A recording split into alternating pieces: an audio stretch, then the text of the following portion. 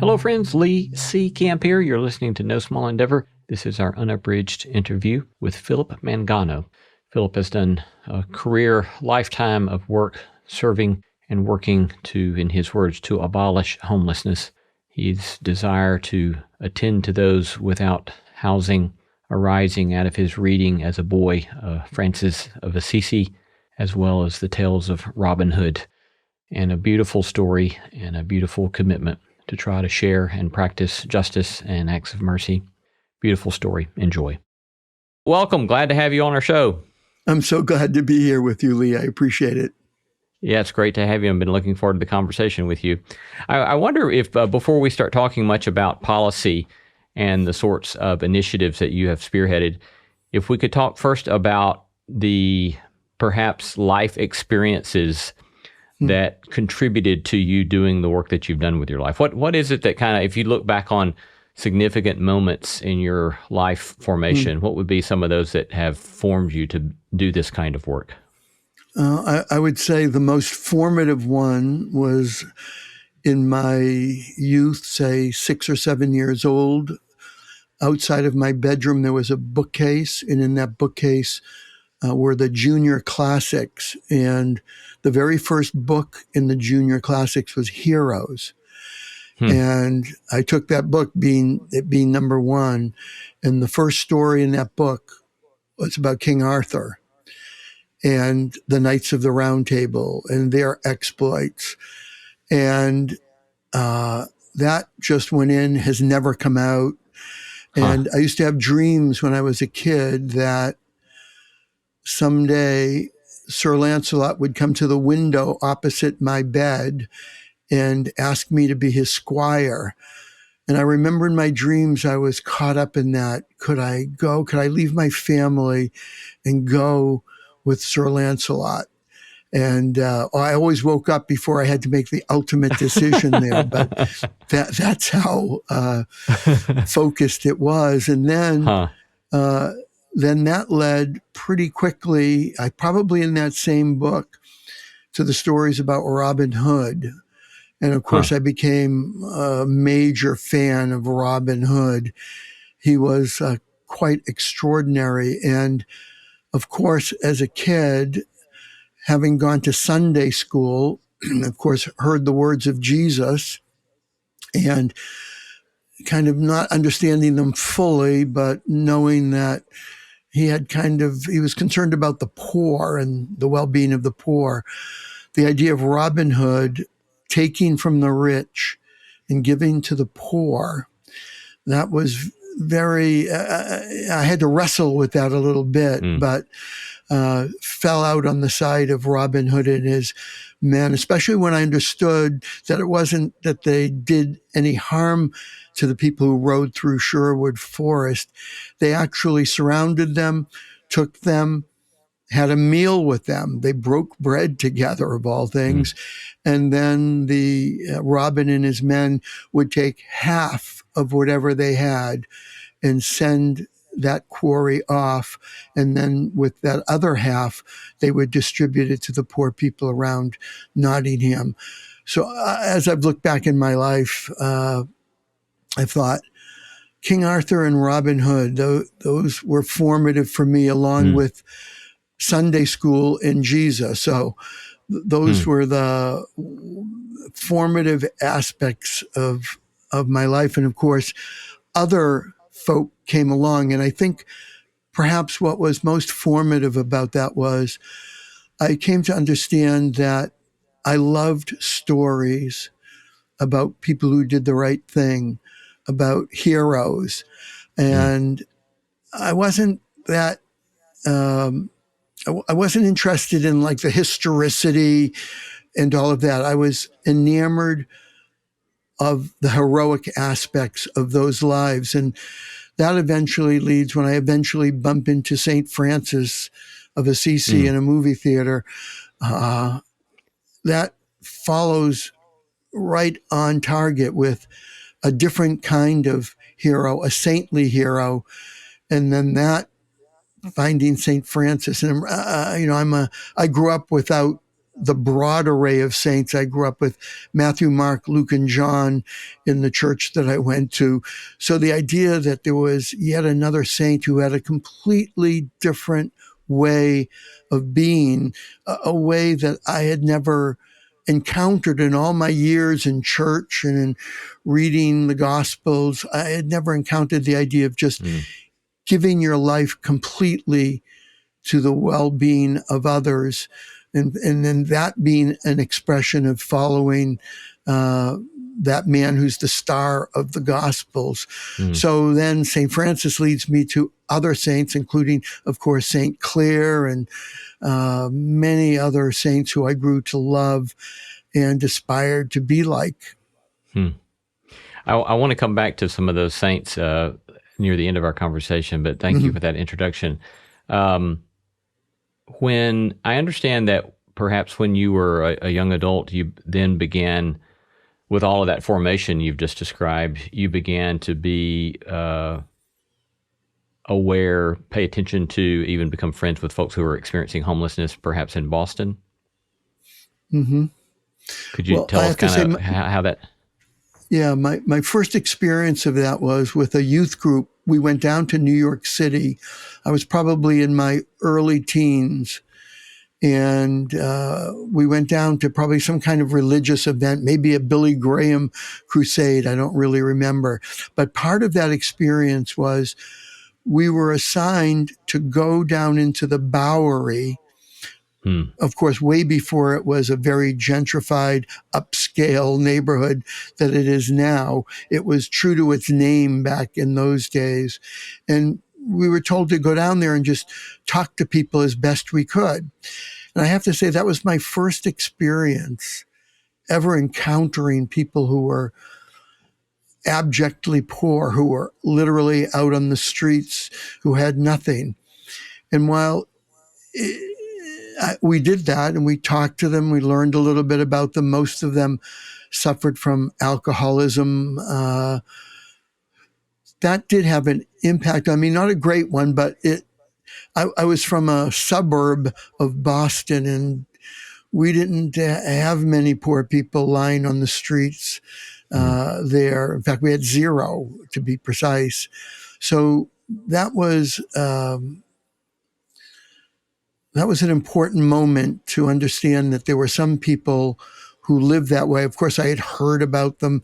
I had read a little bit about them, but actually to do the encounters and to talk to them was eye-opening in terms of my own kind of growth. I didn't see it that way at the moment. I didn't see it as part of this longer story, but it turned out to be part of that story indeed. So that was an initial aspect of that. And then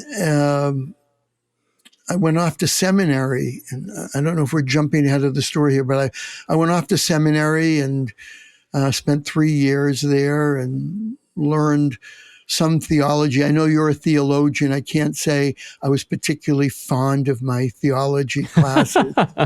I was far more fond of, there were courses on the theology and the novel, theology and poetry, theology and contemporary drama. I loved all of those courses. I would like all that as well. Yeah. Yeah, I'm sure. I'm sure. And you probably have a much deeper sense of them than I do, but I love those courses that were commingling faith with what was happening in the actual world. Yeah. And I came to understand that I was more oriented to hearing and then doing, not so much studying and reading tomes of theology. When I was in seminary, I was interested in people of action in the world, people who took action, and there were some consequences, usually positive consequences as a result of what they did in the world. And that, again, was formative to me. And for me, that was very much in keeping with the beginnings of my formation. They were Arthurian. They were promoting the ideals of Robin Hood and that idea of caring for the poor. So I learned hear and do. And of course, part of that formation was St. Francis of Assisi, who forbade his followers, as you probably know, from reading. He didn't want them reading. He didn't want them handling money. The only reading he wanted done was of the Gospels. And the idea was read the Gospels and go do it. And that's why he's famous, as you know, for that great expression, go out into the world and preach the gospel. And whenever necessary, use words. Yeah. So the idea was Classic taking action in the world consistent with the principles of the Gospels. And to me, it was consistent with the principles of that earliest learning of mine about Arthur and Robin Hood. Thank you. Fascinating.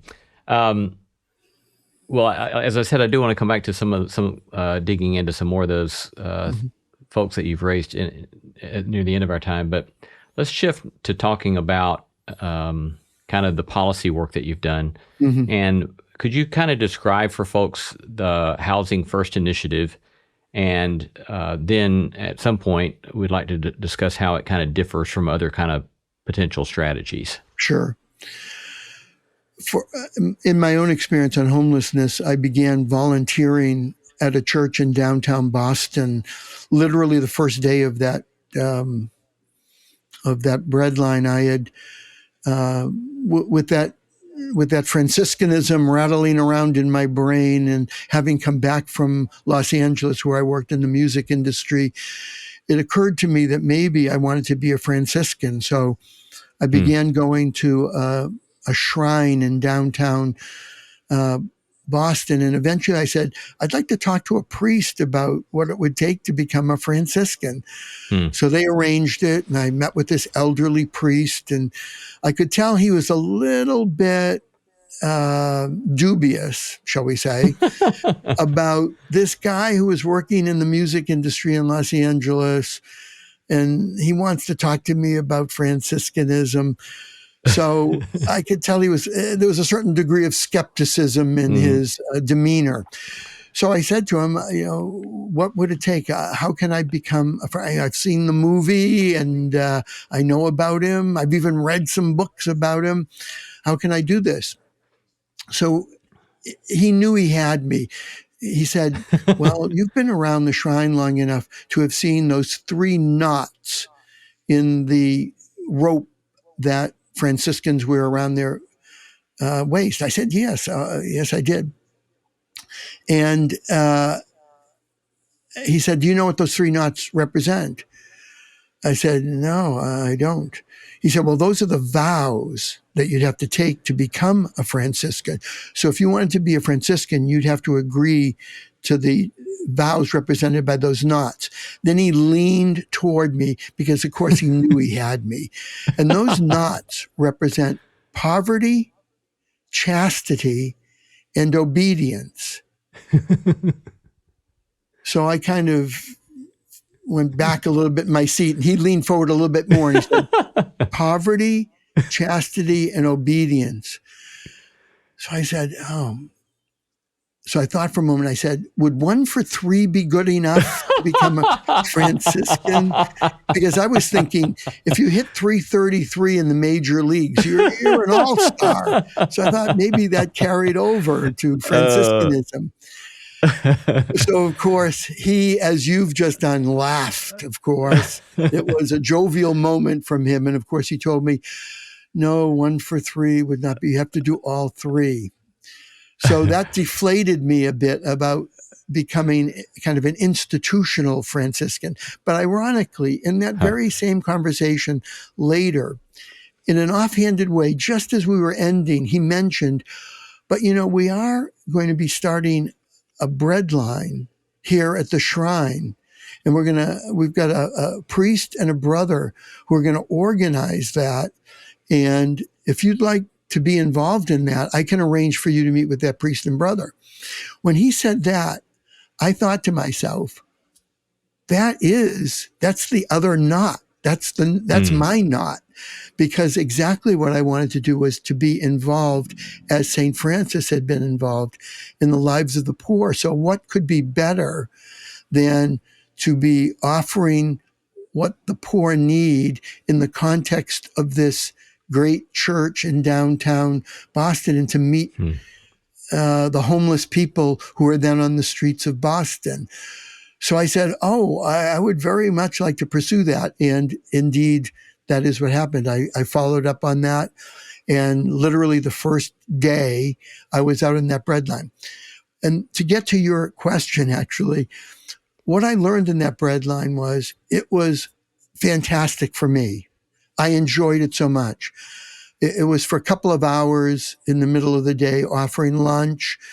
And then, of course, if you're offering lunch, you're offering friendship. And of course, then you get involved in people's lives and they have to go to some kind of office meeting about their general relief, or they're in some difficulty in the shelter that's sustained. And you can intervene in that. You can be part of it. You can have solidarity. You can be with them in a certain oneness in pursuing all of those. I felt great. So every day I went home and I volunteered every single day except for Sunday. I felt great. I felt, even if I was just giving the lunches out and, the volunteers, there were never, with the Franciscans, there were never any desserts. We just had like cold cuts that we would cut the bread, put the cold cuts in, and maybe some fruit, and then go up on the street and off. So we volunteers, we'd pool some of our money. And in doing so, we'd go out to the local Woolworths, buy cookies and things like that for our friends on the street. So this went on. I did this for several years. And in those several years, more and more people came to that bread line. And of course, initially it was great. We were serving more people. How wonderful. How great is this? So those of us who volunteered, we got to go home at night. And then the homeless people, we didn't really know where they went, maybe to shelters, but there weren't very many shelters. So maybe they were just staying on the street. And of course, we learned that many of them were. So I began on occasion taking homeless people home. I lived in the north end of Boston at the time, which is the Italian section, brilliant place. And so I had homeless people staying in my little tiny apartment there. And what occurred to me was, wait a minute, this is the opposite of what should be happening. We should be decreasing the number of people in the line. We don't want it to increase. This isn't an industry where you're looking for a greater number of customers. You're actually trying to deplete the number of customers. So the way we were looking at it, and I learned many homeless programs, in fact, the vast majority back at that time in the very early stages of responding to street homelessness in our country, they celebrated serving more people. Their boards celebrated serving more people. And I thought, there's something awry with that. And I studied a lot of history when I was in college, and I thought to some of my heroes, because again, they have to be heroes, in the abolitionist movement, people like William Lloyd Garrison or Charles Sumner, or Sojourner Truth, or Harriet Tubman, or Frederick Douglass. Their effort was aimed at another social wrong, but their effort was to reduce the number of people who were in slavery. And their object was to completely eliminate slavery. So I took that abolitionist frame and I began thinking about homelessness out of that frame. And so it distressed me when our line got longer and longer.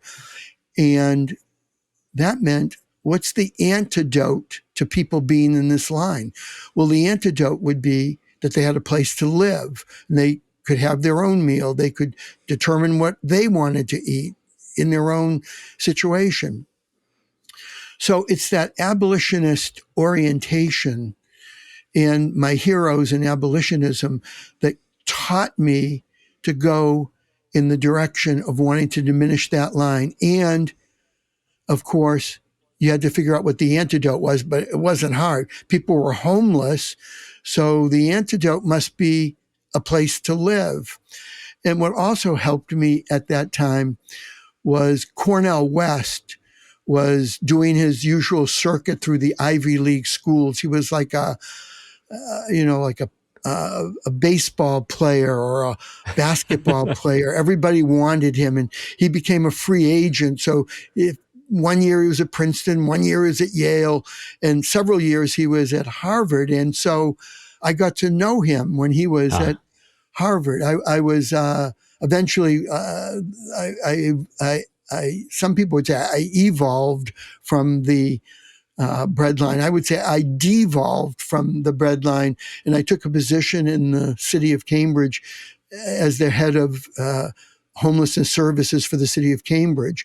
What was delightful about that is it gave me access to a lot more resources to put in play for homeless people. One of those resources was not Malcolm yet. It was Cornell West. And I had a number of conversations with him, and he very much appreciated the idea of a context for homelessness being abolitionism. And what he helped me to understand was that when you're combating any kind of social wrong or evil, you need to have stamina, because it's going to be a long it's not going to happen overnight. And of course, I knew from the breadline, it was the opposite. It was actually growing. So he taught me you needed stamina. And he taught me that stamina, that it's related to the amount of dopamine in your brain. And it's often related, if your parents and grandparents had stamina, you'll have stamina. So I thought, so he said, your ancestors determine the amount of stamina you have. So I thought, I want to have as much stamina for this as I can muster. So he taught me, not only does that happen in terms of physical ancestry, he said to me, you can choose your ancestors. So you should choose abolitionists as your ancestors, and you can learn from them, and you can get stamina from them, because it took the abolitionists, as you know, about 80 years to get the job done in the United States. So if it took a long time, you could learn from them. And of course, because I lived in Boston, there was a great cohort of abolitionists, including, as I mentioned, William Lloyd Garrison, and Frederick Douglass eventually came there, and Charles Sumner. So what I learned was that if you were born in Boston, it's in the gene pool to be an abolitionist. You see a wrong, you want to right it. See an evil, you want to end it. You're a natural born abolitionist. So I adopted them as my ancestors.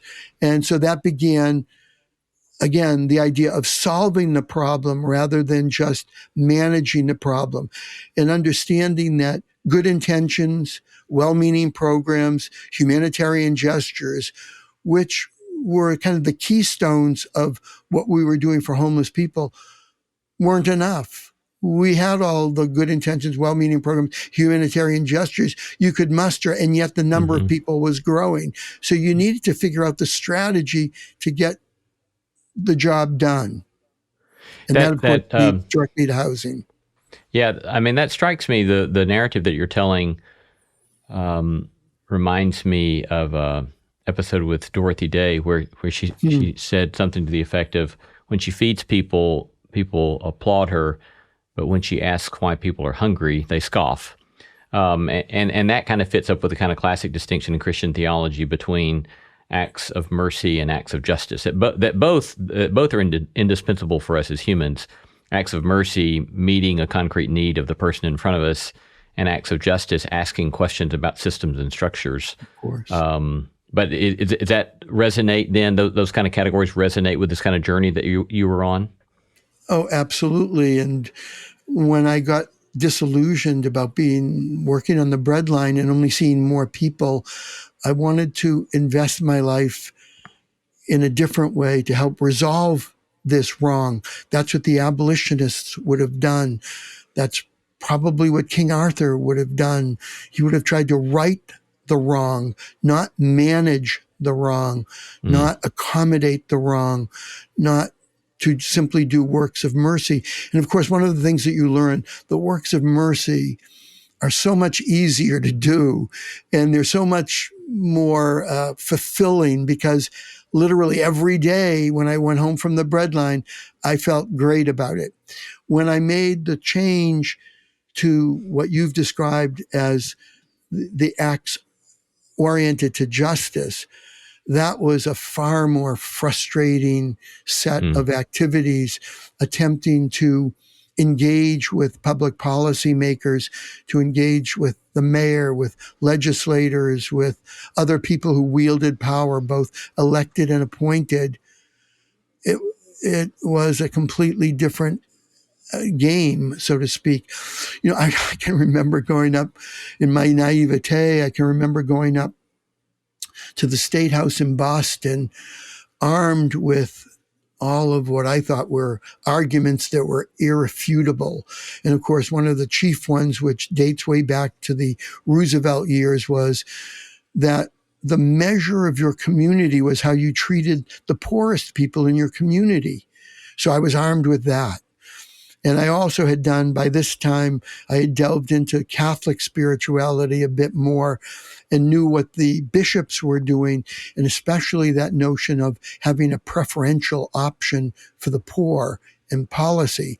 So I'm armed with these. I think these are irrefutable. If I start there, I can move these people to doing a better job, to investing in what would be the antidote to homelessness. So I went up and I was armed with them. And I was ready to go. And what I learned very rapidly was that at the notion that your society is judged by how you care for the poorest, eyes completely glazed over on that. And the preferential option for the poor, a lot of the legislators were, of course, of the Catholic persuasion. And I could tell it resonated with some memory that they had. They had heard that once before somewhere, but it did very little to move them. So that shift to attempting to extract justice for homeless people, that was a significant shift. And it does get to the question that you asked a while ago about trying to get the antidote done, that is, the housing done. And often in homelessness, because the works of mercy were so much easier to do than the complicated nature of doing the finances to create housing, and the nature of the people who were called to respond to homelessness, they were oriented out of whichever side of the brain orients you for compassion and the like. They didn't really have that sense of wanting to solve the problem. They were so eagerly servicing homeless people endlessly that they didn't really think about ending people's homelessness. Nonetheless, that's what was necessary. That's what the abolitionists were about. So that would have to be the mission we were on. And so creating that housing was an important element, of course, moving forward. And for years, we struggled with creating that housing, often attempting to access housing through sympathetic landlords and the like, trying to get the legislature to orient some housing toward homeless people with very little success. Then along came a young guy in New York City, a guy named Sam Simbaris, who was an outreach person for people who were mentally ill on the streets. And he tried everything he could and nothing particularly was working. So he decided that he would just ask people what they wanted. The idea, the business idea of asking the customer what they wanted and then trying to bring that to the customer. And when he did that, and that's been repeated I've done that probably thousands of times with homeless people, what they ask for, the vast majority, when you ask them what they want a place to live. They want a place to be. And so we were so busy offering them everything else and somewhat depressing a response that would be the very thing that they wanted. It's that idea of the soft prejudice of low expectations that my former boss talked about. I think that had infested the response to homelessness. So there wasn't a proclivity toward housing. It was more difficult to do than simply servicing people. And there was a certain prejudice that people weren't ready to go into housing, that maybe if we worked with them long enough, if they became as much like a Puritan as was possible, then they'd be ready for housing. So that intent was tamped down. And so very little housing was oriented to homeless people. And yet this Samson Barris is in New York. He starts asking people what they want. They say they want housing. He took some money out of the program he had and probably out of his own bank account and started renting apartments and placing some of the people he was engaging on the streets, some of the most vulnerable and disabled people on the streets of New York. He placed them in the housing and realized that if he provided services to them when they were in the housing, they would stay. Their tenancy would be secure. And that became known as Housing First. And that initiative, that idea, literally changed the equation on homelessness. We didn't have to service people endlessly. We could place them in housing and then offer the services that would support their tenancy. So I was in Washington at the time and I discovered this. I took it back to Washington and I made it federal policy. And we took a lot of bric-a-brats from conservatives on the one hand who felt like, wait a minute, you're giving housing to people and maybe they're using substances or they have untreated mental illness. What are you doing? You're wasting money. And other people criticized it, Christians, missions, the old school approaches to homelessness, criticized it, that it was the appropriate thing was when people were ready for, when they were quote unquote housing ready, that's when you would place them into housing, as opposed to immediately placing them into housing. And of course, what we learned was that the most important service that a homeless people needed, the most important therapeutic intervention that they needed, was to have their own place, to have a locked door, and to be living their life apart from homelessness, off the street, out of a shelter, out of an encampment, and in housing. That had a therapeutic impact in itself, which then, that stability and security allowed some of the other things that we wanted to do, providing mental health care, encouraging people to go into detox, helping people get jobs. All of those were much facilitated by that safety and security of the place to live. So you're working and developing this federal policy under the second Bush administration. And as I understand it, you're also doing a lot of data-driven business approach to this model. And as I understand it, correct me if I'm wrong, but as I understand it, you're also making the case that kind of return on investment, that it's a less costly approach than the approaches that we had been taking. Lee, I'm so proud of you. You've done your homework so well. Indeed. So when I was eventually appointed by President Bush to head up the United States Interagency Council, which was focused on homelessness, it had been dormant for 7 years. Literally the day I was sworn in, they took me to the offices, quote unquote, the offices of the United States Interagency Council. They ushered me in. There were some rectangular tables against a wall. There were cardboard boxes under those tables. And basically they said, behold the Interagency Council. So I had no idea that in accepting that position, it was really the revivification of that council. So we started from ground zero. Looking back on it, I'm glad that was the case because we were able to approach the issue in a way that it hadn't been approached before. And every president has a management agenda. So I took to reading the president's management agenda as I was approaching going to Washington. And my brother-in-law said, you better just completely immerse yourself in the president's management agenda. It will serve you in the future. So I did. And what I learned was the president's management agenda had 3 key principles. It was like, 100-page document, but it had 3 major principles: that everything that we did would be data and research driven, that we would have a mission that we were attempting to accomplish, and that we would be results oriented. We would seek quantifiable, measurable, visible results. So I thought, well, that's an abolitionist mandate right there. So I took that into the work when we resuscitated the United States Interagency Council on Homelessness. I took the president's management agenda.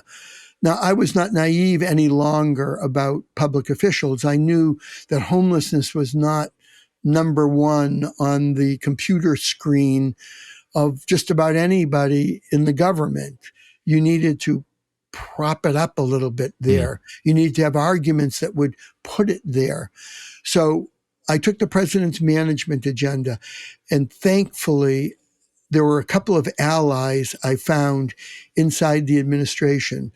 One was Jim Toohey, who ran the White House faith-based office. You may remember President Bush inaugurated the idea of having an office that was committed as kind of a liaison to the faith communities, understanding the enormous amount of work they did in local communities. We wanted to be engaged. We wanted to be partnered with them. We understood that there needed to be a firewall between federal dollars and their religious mission, but certainly we wanted to support all of the other social missions that they were doing. So Jim Toohey headed up that office. He had been the director of Health and Human Services in Florida. But prior to that, he was the lawyer to Mother Teresa. So I thought, he'll probably be an ally. It's a saint. So I went and talked to him. He loved what we were attempting to do. He was supportive through the entire process. The other ally I had was a fellow who was one of the president's primary speechwriters. And remember, at that time, we were talking about the power of conservatism and conservative compassion in making certain that the government was involved in that. So he was an ally as well. And the important thing about those 2 gentlemen being allies of mine were that they were also special assistants to the president. So when the budget was being decided in its final stages, and you got down to the final dozen people in that room who were saying, that's in, that's out, we need more money here, we need more money there. This isn't the cabinet secretaries. These are trusted advisors to the president in terms of fiscal matters. Well, both Jim Toohey and my friend who was the speechwriter were both part of that smaller group. So they were always supportive of initiatives that I wanted to get done. So a homeless increase in money to do housing. We called it, shockingly, the Samaritan Initiative. So I had all kinds of flack from civil service workers who felt that was too sectarian a name for any initiative. And we helped them to understand that Good Samaritan, that's in the general culture. Everybody understands what that is. So we put forward a Samaritan Initiative with the HUD secretary, who was then Mel Martinez. He agreed to it. It was in the budget. It was for a few $100 million. So that goes into this sanctum sanctorum of the 10 to a dozen who will make a decision. And there's always the horse trading in that. There's not enough money for this program over here. Where can we find some money to put into it? So oftentimes, of course, among most of the people in that meeting, the homelessness stuff, is there anything you can really do about that issue? Why are we putting more money in it? Seems like the more money you put into it, the more homeless people there are. Well, I had a couple of people in that meeting as they were about to grab money from homelessness and put it to other things. They would say, no. That's very results oriented, that money. That money is all oriented to exactly what the president's management agenda is. So, of course, who could want to do something contrary to the president's management? You needed to be loyal, of course. So they preserved resources, and we established that Samaritan Initiative, which was specifically oriented to putting more money in the federal budget targeted to basically a housing first initiative to create more housing for homeless people. What it was analogous to, I think many people will remember in the Bush administration, President Bush's administration, he had the No Child Left Behind initiative. The whole idea that children should have the money that they need in education, not to be left behind. There should be enough money to help people move along so that they're performing at their grade level, so that they learn to read and write and do math and all of that. So No Child Left Behind. That was a signal initiative of the Bush administration. So I talked about our initiative, our Samaritan Initiative is in that ancient story, we weren't going to be the ones passing by that person on the street. Many others might. Other policymakers might. Other levels of government might pass by that person. But we in the federal government, through the Samaritan Initiative, we were not only going to stop and make sure that that person was moved to an inn, and we were going to say to that innkeeper, whatever this person needs, take care of them, and we'll be back to make sure this is sustained over time. So that was basically the idea of the Samaritan Initiative. We were going to stop. We were going to apply resources necessary to create a place to live, an apartment, housing, a place where a person had their own tenancy, not a shelter, not an encampment. This was housing with tenancy. We were going to stop and move that person off the street into that housing, because we knew once a person got into the housing, that the therapeutic impact of that housing would help that person move in the direction to remedy the addiction, to remedy taking their meds for their mental illness, to help them orient toward getting a job. So that was the idea of the Samaritan Initiative.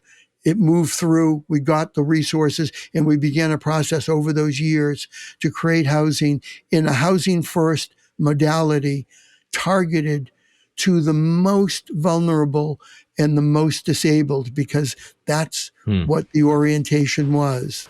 So it's the idea there is that you've got a lot of people, and I would assume you would encounter these kind of criticisms that perhaps these were some you alluded to a moment ago, that some who are going to say housing first is underwriting self-destructive behavior, whether it be addiction, whether it be mental illness, and people doing what they need to do to deal with their mental illness. That by giving them housing first, you're further engendering such self-destructive behavior.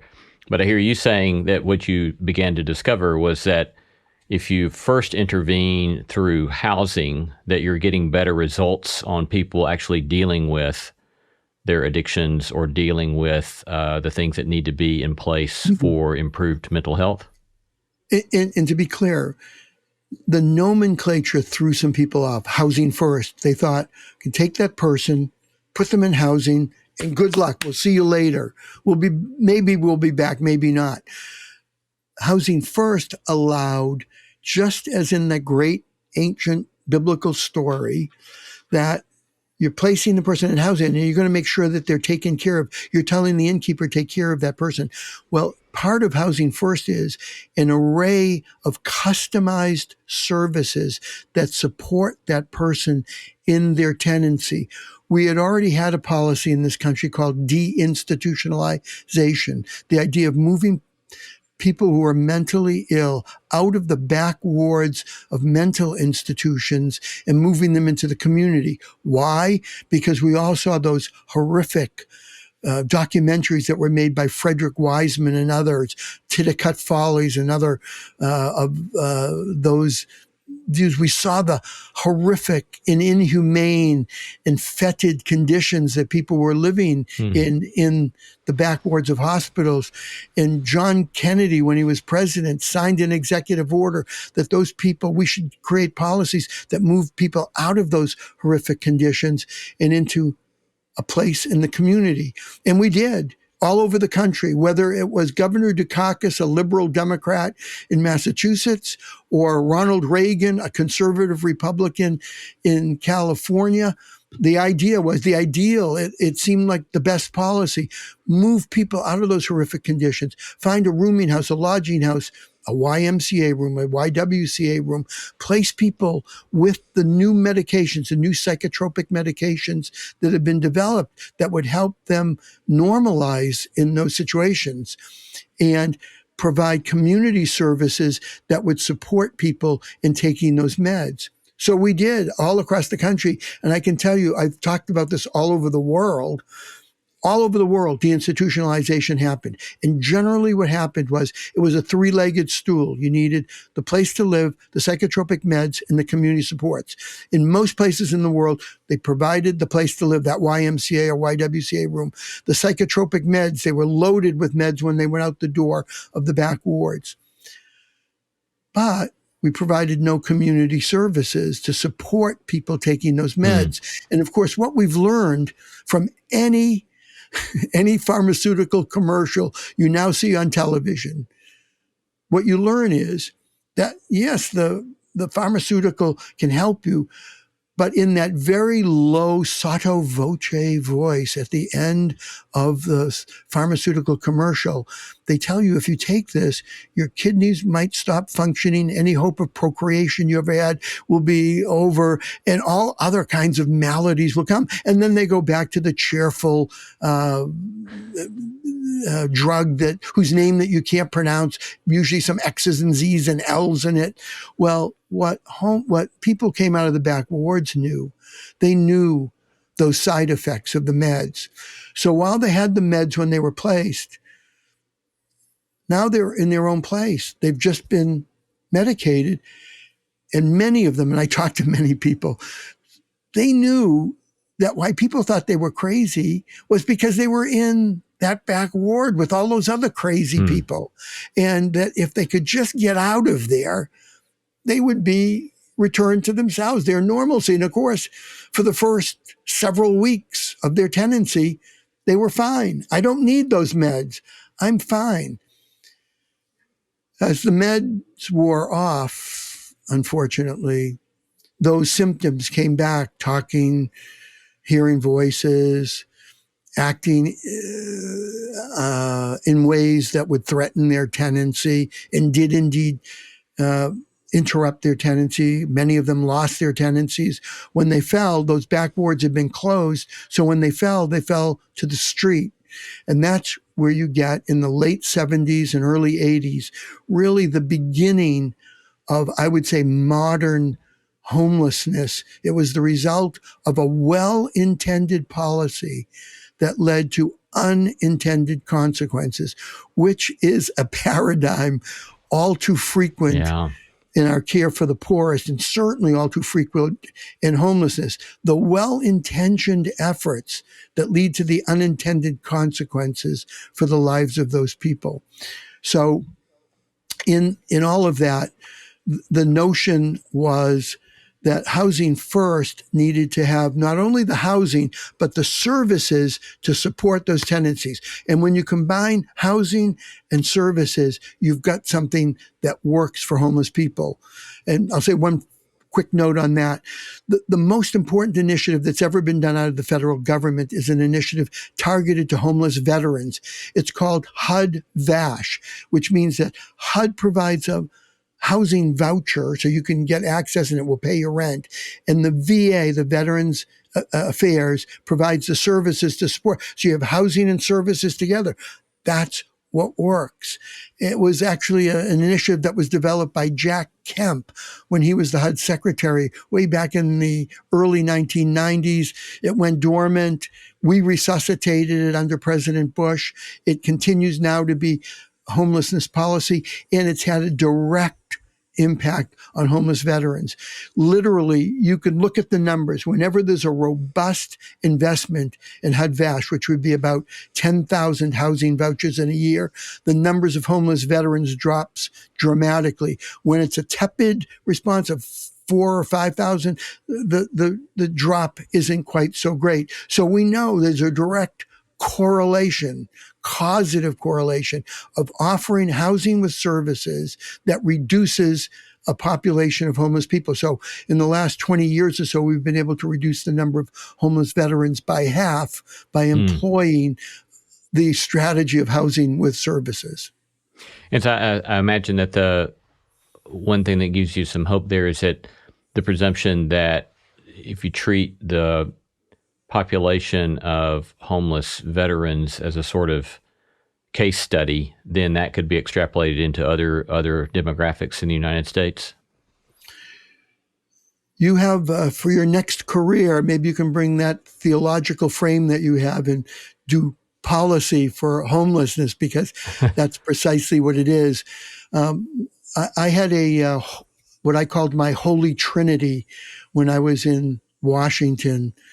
Malcolm Gladwell, who wrote, among many other volumes, The Tipping Point, Jim Collins, who wrote Good to Great, and Clay Christensen at Harvard Business School, who wrote The Innovator's Dilemma. Each of these thought leaders, they were writing books, of course, for industry. Here's how you can make your corporation more dynamic. Here's how you can be more attuned. Here's how you can have your finger on the pulse of what works and what doesn't work.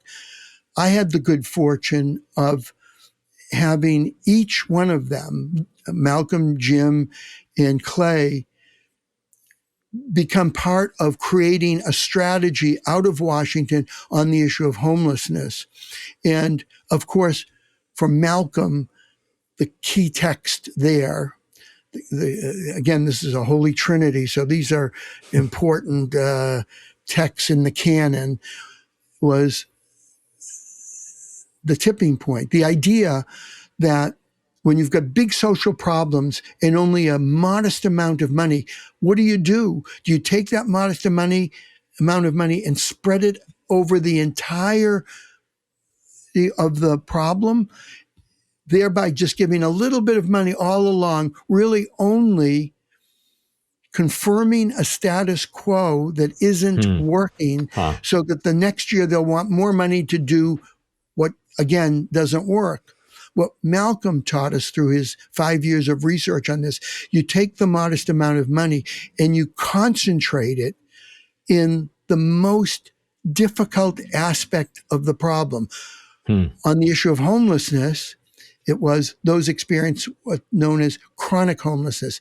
They have a disability by virtue of mental health or addiction or physical disability, and they've been homeless for a year or more. Those people, are falling back into a long history of homelessness. So what Malcolm taught, and I had him do regional conferences with mayors and county executives so that they could understand in language that they understood. No longer someone coming and telling them that their moral responsibility was to these poorest of the poor, trying to trade on an altruistic gene that maybe wasn't active in the lives of those politicians. No, what Malcolm taught was you invest those modest resources in results-oriented activities that made a difference in the life of the most difficult population. And in doing that, you create results. And you create it for the people who are the people that society has given up on. The person on the street, when you looked at that person, you thought, whoa, I think a blanket and a bowl of soup is the best that we can do for that person. Instead, our initiative, the Samaritan, was to take that person, put them in housing, support them with the services that they needed. And when we did that, and we showed that it was possible to do that, that housing and services were the key, that would get the job done for homeless people, we attracted more investment for people who are experiencing chronic homelessness. And the hope, just as you indicated, Lee, the hope was that this would then become a template for other populations of homeless people. We still have that hope, especially when we look at the success that's been part of the HUD-VASH program, literally reducing veterans' homelessness in our country, people who served and find themselves on the street or encampments. We reduced that by half. Yeah, remarkable. So two remaining questions as we're running out of time, but two I want to ask. As you think through these decades now that you've been working on it, and you think back to the advice from Cornel West about the importance of continuing to have the capacity to keep going, how have you maintained that? What have been key figures? You know, we haven't gotten to talk much about Francis or other kind of figures that might have informed you. But what do you keep replaying? What do you keep nurturing your own sort of passion and soul with to kind of keep working towards these sorts of? It's a high goal, obviously, to reach for abolition. And so, what keeps you going towards that? Well, certainly, people I've known that are alive, and I can talk to people like Malcolm Gladwell and Jim Collins and Clay Christensen, who each contributed the value of their treatises to the issues of homelessness and applied them. So Jim Collins, Good to Great, the idea that the good is often the enemy of the great. We think it's the foundation on which we build, but in fact, good, representing the status quo, is the enemy of innovation and getting to the great. That was incredibly true in homelessness, always. And Clay Christensen, contributing the idea in The Innovator's Dilemma, he showed that corporations who talked to their sales force were misinformed about what their next product should be. And what he demonstrates clearly, those corporations lost market share. But corporations who maintained connection with their customers directly, those corporations devised the right products to increase market share. And what that means is simply you need to be talking to homeless people all the time to find out what they want. Then you need to deliver that product. And of course, what homeless people want, if you don't give them a list and you just ask them what they want, they never ask for a pill or a program or a protocol. They ask for a place to live. So if we pay attention to that, which is what Clay Christensen taught us, then we're going to be on the right track in terms of providing that housing. So people that I've known in my own life, including, of course, Cornel West, who taught me about having to sustain over a long period of time. I've been involved in the issue of homelessness now for 4 decades. So his advice early in what I was attempting to do, I would never call it a career because it's a mission. It's a ministry to get the job done. Abolitionism isn't a career. It's about a mission to accomplish. So there have been other people, of course, who have come along, people I've met in government John Hickenlooper, who's now the senator from Colorado. He was the mayor of Denver, and I worked a lot with him. He was great to work with, and many mayors and governors that I met during my time in Washington. But certainly the most important group of people have long since passed away, but their legacy lives. And those, are, of course, are the abolitionists that I've mentioned: William Lloyd Garrison, Charles Sumner, who for his abolitionist beliefs was beaten up on the floor of the House of Representatives, or actually in the Senate. A person from the House of Representatives came up and beat him with his walking stick. So these abolitionists, Harriet Tubman, who led a portion of the Underground Railroad, Sojourner Truth and what she brought in terms of her own spiritual instincts to this effort. Frederick Douglass, his unbelievable rhetorical style. People at first didn't believe that he had been a slave. Then they heard him speak and they realized this man may have been a slave, but he is a man. He is a man.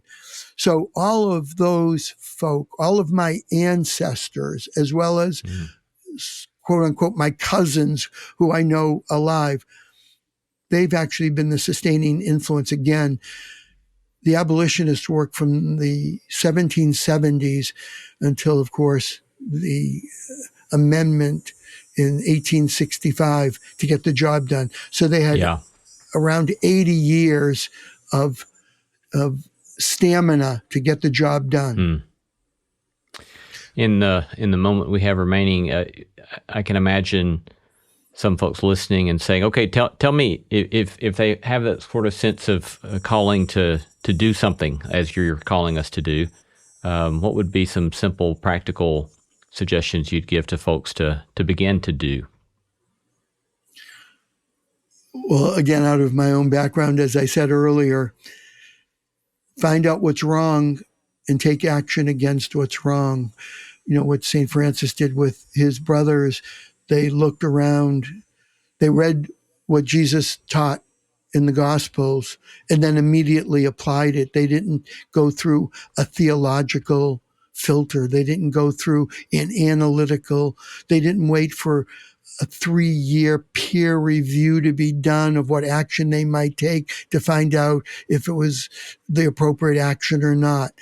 Taking action on behalf of the poor is incredibly fulfilling work, and it's not very complicated. Anyone can get involved. And I would say key to that is being firmly rooted, the very things that Cornel West taught me, to be firmly rooted, and having a faith tradition that helps enormously because, of course, the great message of Christianity is that good will overcome evil, that the good always prevails. I've often thought of the work that we've done on homelessness. It's simply taking the common sense of the future and appropriating it for the present. That's all it is. Because if you think of slavery, they were the abolitionists. They thought no one should own somebody else. This is absolutely wrong. The entire culture around them, both North and South, thought there was nothing terribly wrong with slavery. They didn't understand the moral implications.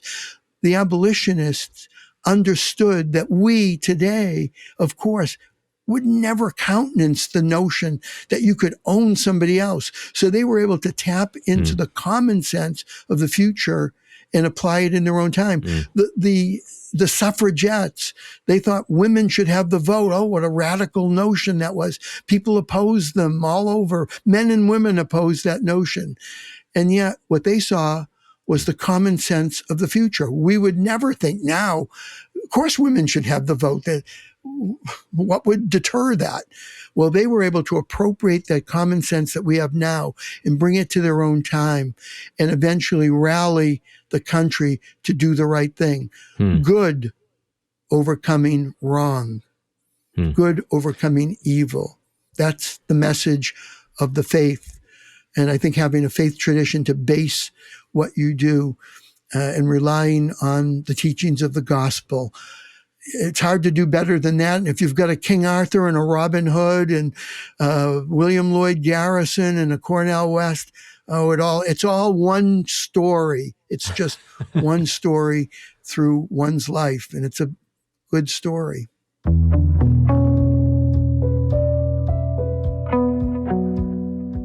been talking to Philip F. Mangano, former Executive Director of the U.S. Interagency Council on Homelessness, and currently the CEO and President of the American Roundtable to Abolish Homelessness. Philip, thanks so much for your beautiful work in the world, and thank you for your time today. It's been a blessing to get to be with you.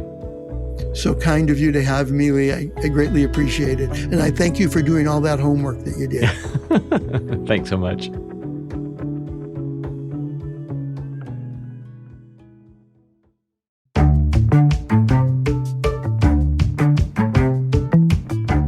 Our thanks to all the stellar team that makes this show possible: Christy Bragg, Jacob Lewis, Sophie Byard, Tom Anderson, Kate Hayes, Mary Evelyn Brown, Harriet Harmon, Jason Cheesley, Audrey Griffith, and Tim Lauer.